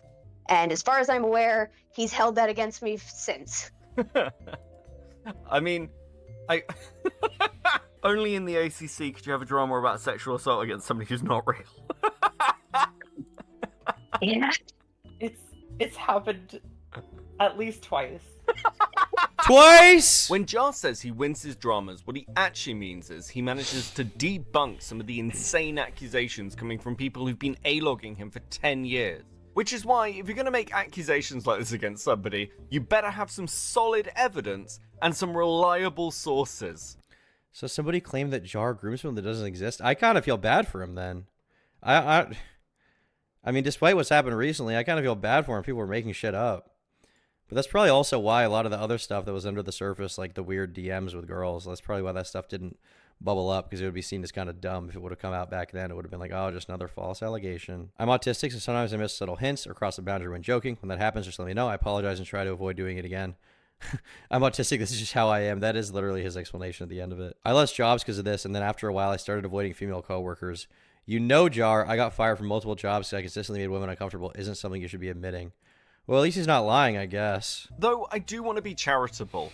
Many of you will be aware of my drama with known dentistry dodger Wick TV, who in early 2023 removed me from a panel so he could rizz up another member of said panel because she had more subscribers than me. Now, Wick's history of scumbaggery is well documented. We also clashed in early 2024 when it was discovered that he was working with Progressive Victory undisclosed to his audience while promoting them. And if you're... That's weird. Haven't I talked to this Wick guy? This guy's from DGG. He's in the he was in the DGG orbit, maybe. I didn't know about any of this drama. Damn. I guess I got to get read up on all the small commentary, small art CC, small DGG drama. It's all interconnected in some way too. How does it all lead back to Destiny in some fucking way every time? Confused as to why I'd bring up a completely unrelated person who has nothing to do with any of this in the middle of a video on Jar, I don't blame you. I will say a British guy calling you a dentistry dodger is pretty brutal. So please explain to me why every single Just a Robot drama video has a section rehashing his grievances with people who are nothing to do with anything, and they're randomly inserted in the most awkward way possible. In his hit piece on Doodle Tones, he basically stops talking about her for 3 minutes so he can talk about how much better he is than all the other commentators he's fought with over the years. And in case you think this is an isolated incident, no, this is just how Jar works. In his recent conversation with Lio Convoy, when his credibility and reputation is crumbling, he promises never to make a drama video again. But he does have one... Wait, I don't understand. If you're a fucking commentary channel, how can you ever promise to not make a drama video again? What does that even mean? Does he mean the drama video about drama you're involved in? Is that what he means? Question. Quick question. I do have one drama video that is all finished, and I was thinking of just making it a Patreon exclusive. The committee, the Senate must weigh in and tell him if he should post his video. So do you think I should do that? No. Jar has a pathological need to go after people who have slighted him in the past. And while he is talking about how he will never engage in drama content again, this is something I would be deeply skeptical of. This isn't the first time Jar has taken a break. And secondly, because deep down, Jar is deeply, deeply vengeful. Every time I go to bed and I'm about to fall asleep, I just feel angry about sometimes things that have happened 10 years ago, and really? Sometimes I feel like revenge is the only thing that keeps me going. Revenge is the only thing that keeps me going. Oh my god. What? And the revenge isn't even over like someone stole my business, someone stole $1 million from me. The revenge is somebody made a YouTube video about me 10 years ago. This is like crazy. Every time I close my eyes, I wake up feeling so angry.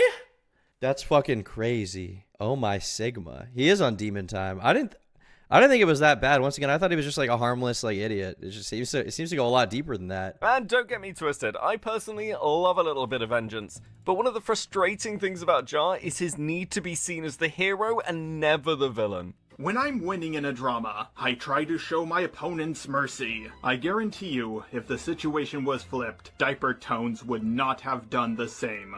Diaper Tones? Diaper Tones, okay. New individual lore just dropped.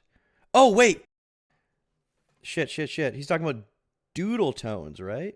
He's talking about Doodle Tones there. I remember that name. Oh my god. We're worried that the ACC has been beefing with Diaper Tones. This is, fuck, I know who this person is. Guarantee you, if the situation was flipped, Diaper Tones would not have done the same. Bro, this is another, person who's in it for the love of the game. You guys may not remember. Doodle Tones, I think? That's their name, right? Let's check. This is totally it. Yes. Doodle Tones is somebody who looks like they haven't posted in a while. 5 months. But they, finally doing the right thing. Are they left? Did they leave? I'll admit, I kind of dreaded logging back in to upload this. I think they add this weird voice changer for some reason. I don't know why.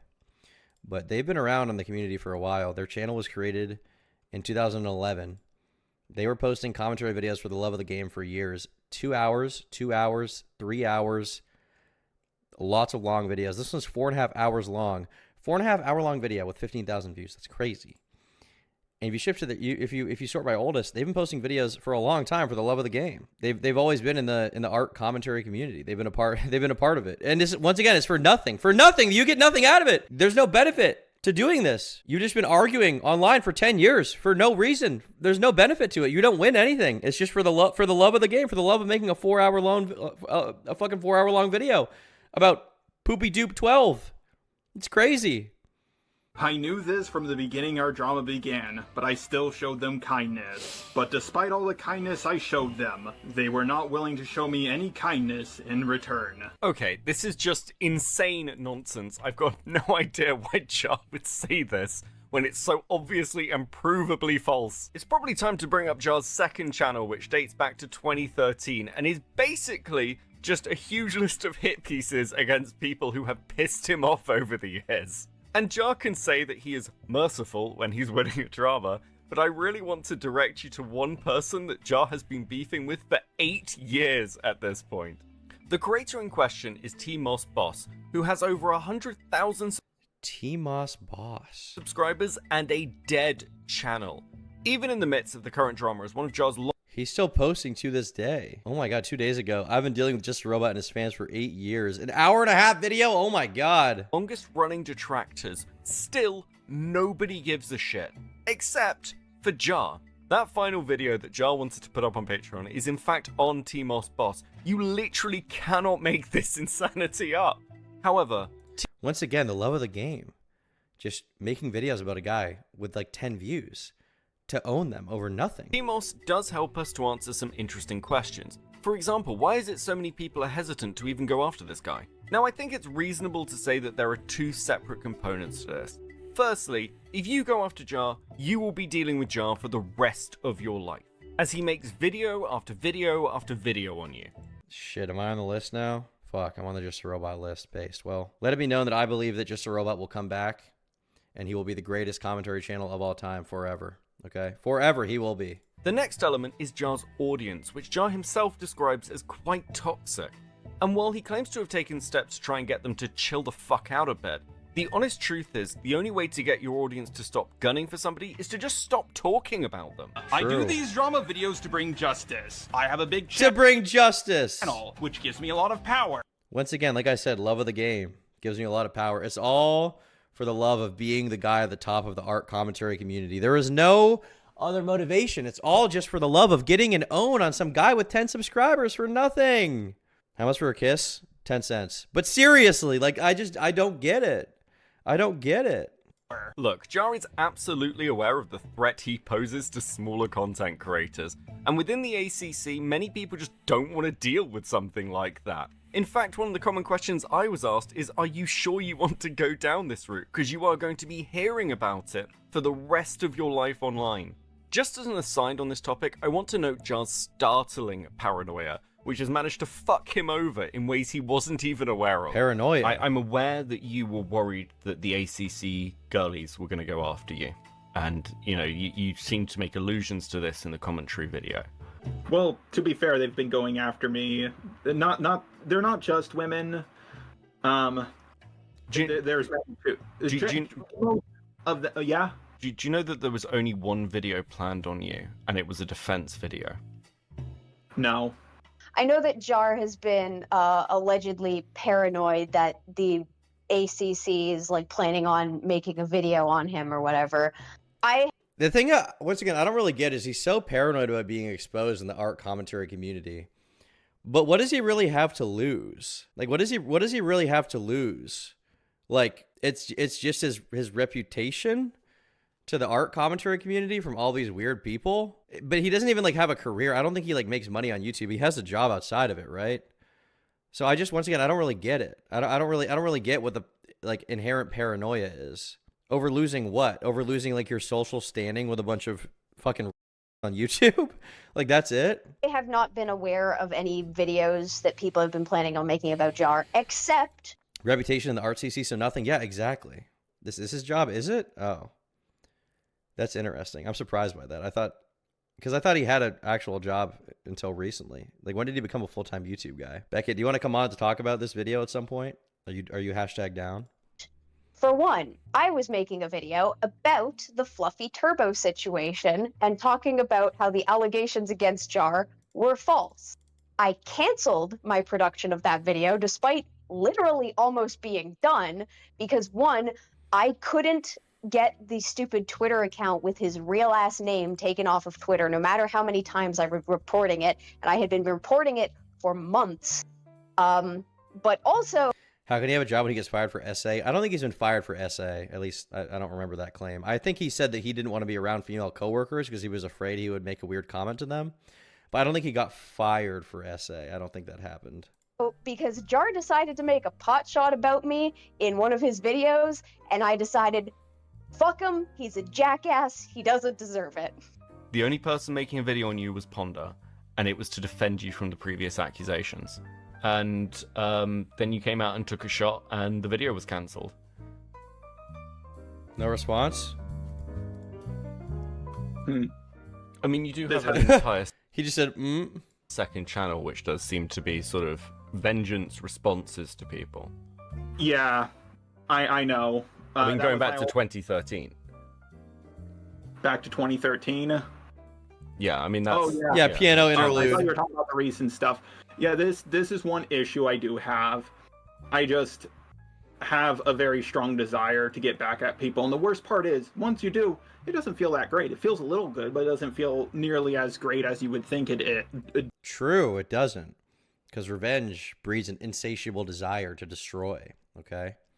Revenge is not good. You must, this is, I believe an ancient Chinese proverb said this.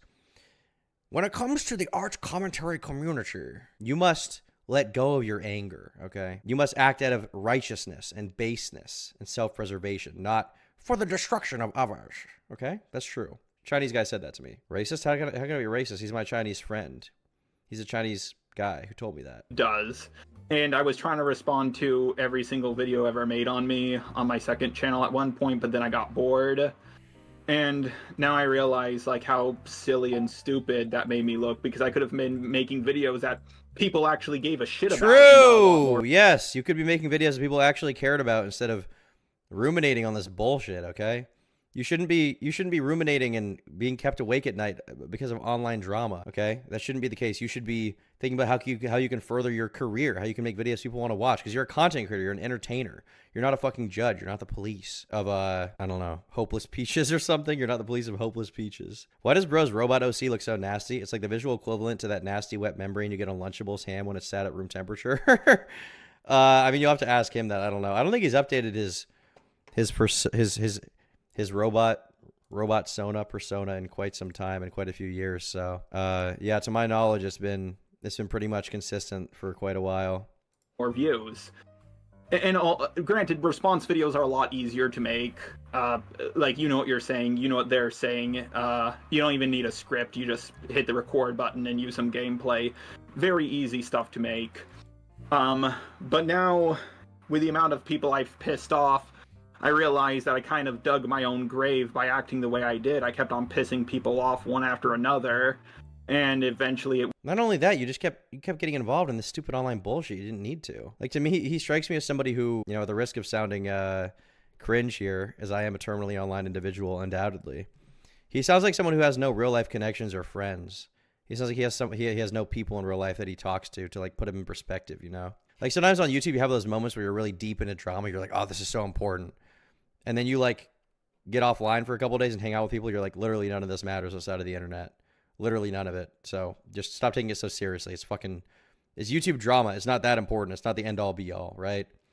But he sounds like he didn't have that for whatever reason. He didn't have those kind of come to touching grass almost when he was like, oh, I probably shouldn't be so deep into this bullshit. I probably shouldn't be this emotionally invested in this spurgy drama, right?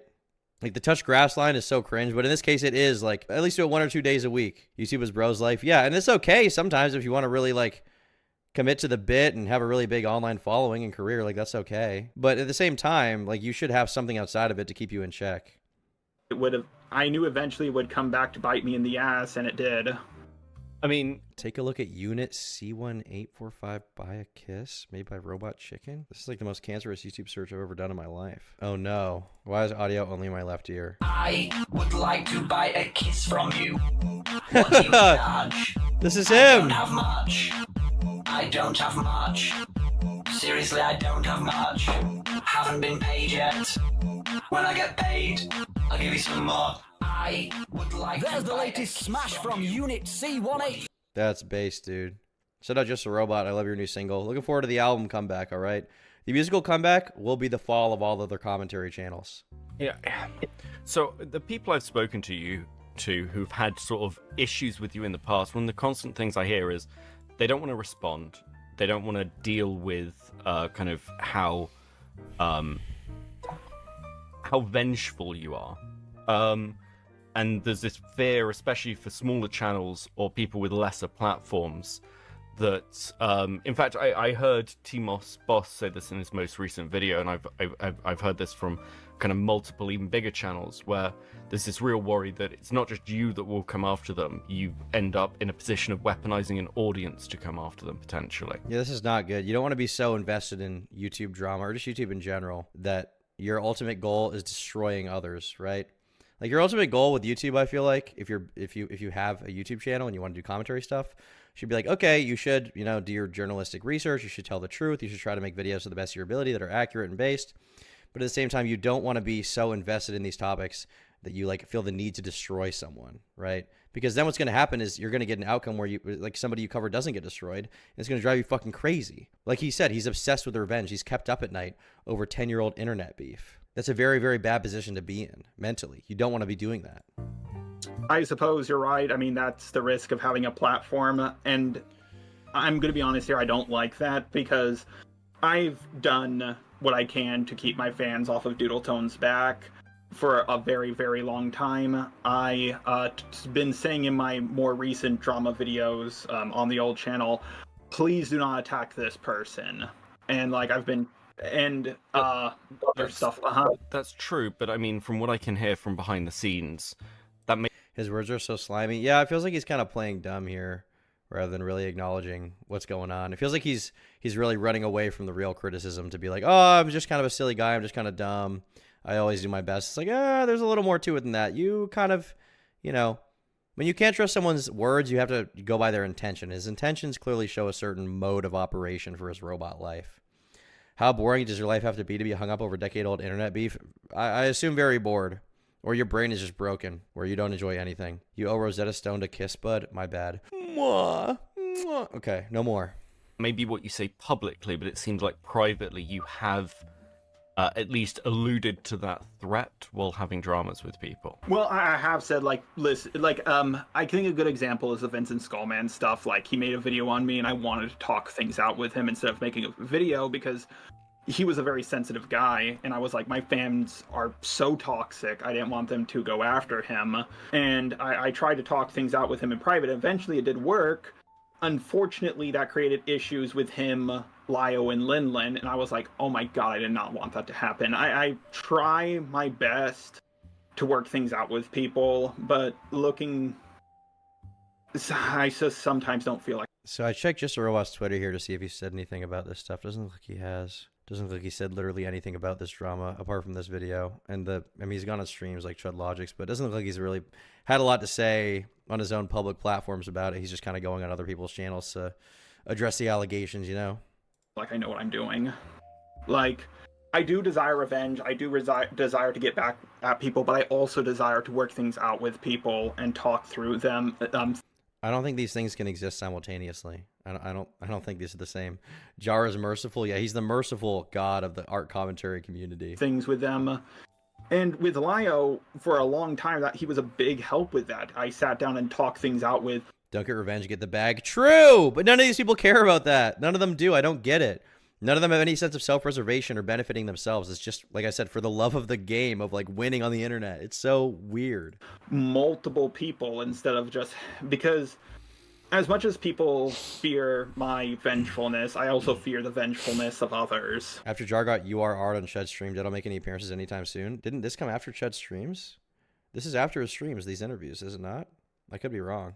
Looking at, I guess it depends on how long this video was in production for, but it seems like he was willing to talk to people for quite a while. Looking at where you're sat now, I know you've said you're not going to make more drama videos, so you're going to take a step back from that because of Liar. So is that, you know, I suppose the question people will have is this you saying that now? But then in 6 months, 12 months, whatever, you'll be like, well, now it's died down, I can take a hit at the people who took shots at me. That's a good question. That's a good question. That is an excellent question. I'm thinking of making my backdrop like "Don't get back into drama" on my laptop so I can keep reminding myself. Oh my god. I just don't know if I'll go. He needs a constant note in his face. I'd say he should probably just stop doing YouTube. If he's gonna come back to YouTube at all, he needs to fix his personal life first, and then he needs to never talk about this drama ever again. He needs to just make like stupid slop videos or something about whatever. He had to set a note on his computer. I guess if that's what he needs, that's what he needs, but geez. Back to it or not. I hope I don't, but I know myself, and I know I get angry and want to get back at people. Closing the file. I want to just turn this last bit back to the Cinebear drama we're currently embroiled in. Jar's choices and decision-making are highly questionable. I mean, what possessed you to go to Chud Logic of all people? I just want to say, and I am curious about his answer for why he went on Chud Logic streams at all. My favorite Jar clip, though, just a robot, is that gumball clip. Okay, this feels like this is like peak Kino content. Okay, this is my favorite Jar clip of all time. This has been passed around for a long time, but this is certified content Kino. Why? Because being a woman is the worst. It's like playing one of your video games without the stick of happiness. Do you mean the joystick? I can't believe they let that get past the censors. For those of you who don't get the joke, the joystick is a metaphor for penis. Absolute Kino. Absolute Kino. This is peak. This is amazing content. I hate it. I love it. You have to learn to embrace the cringe. You have to learn to love it, okay? You can't let it affect you mentally. You have to just love it. And it is the greatest clip of all time, okay? There's no clip better. If you disagree, you're just wrong. I'm curious, like, is he self-aware? Like, does he genuinely feel the need to say that? I don't I don't really understand what's going on here mentally with him. I feel like this is just more manifestation of his genuine autism. All is forgiven, Jar's redeemed himself. That's what I'm saying. Like, why make this whole hour-long video when he contributed this piece of art to the culture? No one else is doing this. I haven't seen anyone else make a clip this fire. If it exists, I haven't seen it. You have to enlighten me to it, but I think that's amazing. And I like Chud, don't get me wrong, but like if I was looking for somebody to kind of side up in a drama with me, or like if I needed somebody who I thought I could get, or I could use a platform for to like just even plant a seed of an idea, he would be the fucking last person I'd pick. Okay. The best Jar clip is him pissing on the mic. Oh, that is a good one. I do like that one. I think this one's better, but I respect your take that you prefer that one. 2 reasons, but after this, I need to go for a little bit because I need to take a dump. Sure. Yeah. Okay, so it might just be gas. He's poop maxing. Oh my god. Wait, run it back. New clip. I need to take a dump. Sure. Run it back. I need to go. Night pack. Okay, 2 reasons, but after this, I need to go for a little bit because I need to take a dump. Sure. Yeah, okay, so it might just be gas. Oh, dude, you don't have to. It's just like everything that comes to his mind, he just has to say. You don't need to say. You just say, "I need to go for a minute." Don't say, "I need to take a dump." After further analyzing, I think it might just be a bit of gaseous buildup inside. We'll check in on it later to make sure that it might be a dump. It could be, but realistically, I think it's just a little bit of gas. You know, like, bro, why? It should just take 5 minutes. So don't. Thanks like, for the turn dono, off the Frank. call or anything. I'll just mute myself and. That's fine. I'll grab it. I'll grab a drink while you're doing it. It's fine. Yeah. So this guy's just like, shut up, stop. He's like, oh, make no mistake. I will not leave the call. I will mute so you don't have to hear, but I will not leave the call. Okay, I won't leave the call no matter what. One is I was suggested that he was more fair to Cine than anyone else. He seemed more skeptical. And 2, Chud did a video on me back in, as he said it, his soy days. And out of any video I've ever seen on me, I thought it was the most fair and balanced. So I thought, oh, this seems like a guy who's fair and balanced. And, you know, maybe he is, but he probably like when I got onto that Chud is fair. That's what they say. They say Chud is fair. It's an allegation I've heard. You know, that's what they're saying. stream and I saw how angry he was, I realized, oh no, I messed up. I think it's fair to say that Jar dangerously misjudged how wider commentary would react to something like the Cinebear story. Art commentary involves an extraordinary amount of things that happen behind the scenes in people's interpersonal relationships. This leads to long-standing beefs and feuds that go on for years in some cases, but let's be honest, wider commentary's intention is quite different. No, I mean, like, it's just content, right? Yeah, for sure. Frankly, most stories we talk about as commentators, we don't have a deep emotional investment in. Most coverage is going to be pretty dispassionate. And I didn't make this video because I hate Jar, I did it because I lack impulse control in a social life. Honestly, the entire Cinebear drama highlights the issues with becoming overly invested in a story. The issue— True. I 1000% agree. You should be invested in the process. You should be invested in getting to the bottom of it. You shouldn't be invested in one outcome, because that outcome could always change.